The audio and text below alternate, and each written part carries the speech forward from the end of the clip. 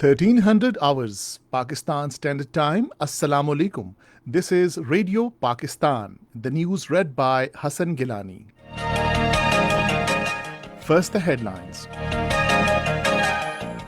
Foreign Minister has emphasized the need for deeper cooperation between Pakistan and China in agriculture sector. Special Assistant on National Security says regional peace and stability is imperative for economic diplomacy.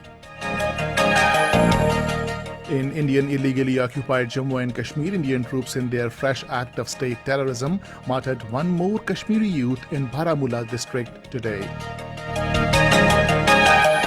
The United Nations has lauded the role of Pakistan in setting the stage for peace process for Afghanistan. And now the news in detail.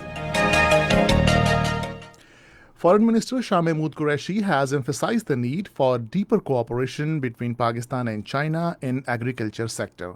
Talking to Chinese Ambassador Yao Jing in Islamabad, he said, agriculture is the mainstay of Pakistan's economy and employs a large part of the country's productive labor force. The Foreign Minister said there is a greater need to revamp and modernize agriculture sector with China's cooperation and unleash the second green revolution in Pakistan. He said China has introduced wide-ranging reforms in its agriculture sector that has contributed significantly to its GDP, and it is imperative for Pakistan to benefit from these experiences.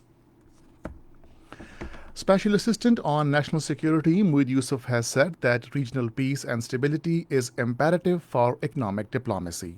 He was briefing the expert group of the U.S. Congress on Afghanistan about the regional situation today. He said regional contacts are not possible without resolution of conflicts. Muid Yusuf apprised the U.S. experts group about Pakistan's efforts for regional security and peace and security in Afghanistan. He also threw light on the negative role being played by India. Special Assistant on Overseas Pakistanis Syed Zulfikar Abbas Bukhari launched a passport office for overseas Pakistanis in Islamabad today. Talking to the media persons, he expressed the government's determination to take further steps to facilitate the overseas Pakistanis. He said a mechanism is also being evolved to resolve their land disputes forthwith. He said digitization of land record will be done in the federal capital to ensure greater transparency. He said the government is keen to provide better services to the overseas Pakistanis. Machine-readable passport facility will help overseas Pakistanis to apply or renew their passports, OPF membership cards, and foreign exchange remittance cards. Saudi Ambassador to Pakistan Nawaf bin Saeed Al Malki held a meeting with PTI leader Senator Faisal Javed in Islamabad today and discussed bilateral relations. They agreed to further promote cultural cooperation to further strengthen the bilateral ties. It was agreed that Pakistani movies and dramas will be dubbed in Arabic for broadcast on the Saudi media. Senator Faisal Javed said that the cultural cooperation will further improve people-to-people contacts between the two fraternal countries. The Saudi ambassador said that the beautiful face of Pakistan should be highlighted at the international level for development of country's tourism industry. In Indian illegally occupied Jammu and Kashmir, Indian troops in their fresh act of state terrorism martyred one more Kashmiri youth in Baramulla district today. The Indian troops killed the youth during a cordon and search operation at Yadipura in Patan area of the district. Earlier, an Indian army major who was injured during intense exchange of fire succumbed to his injuries at an army hospital in Srinagar.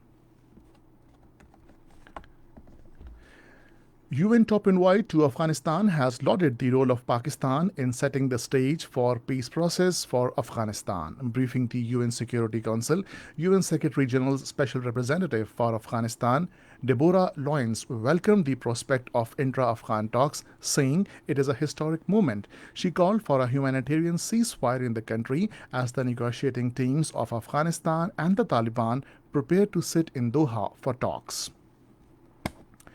China has warned India to stop using discriminatory practices of blocking 118 Chinese mobile applications. Spokesperson of the Chinese embassy in India, Ji Rong, in response to media questions, said that China is seriously concerned and firmly opposes the Indian government's decision to prohibit mobile applications affiliated with Beijing with the excuse of national security. She said India is violating the rules of World Trade Organization. And this is the end of the news. For more news and analysis, log on to our website radio.gov.pk and also watch live video streaming of our bulletins on the link facebook.com/Radio Pakistan News Official.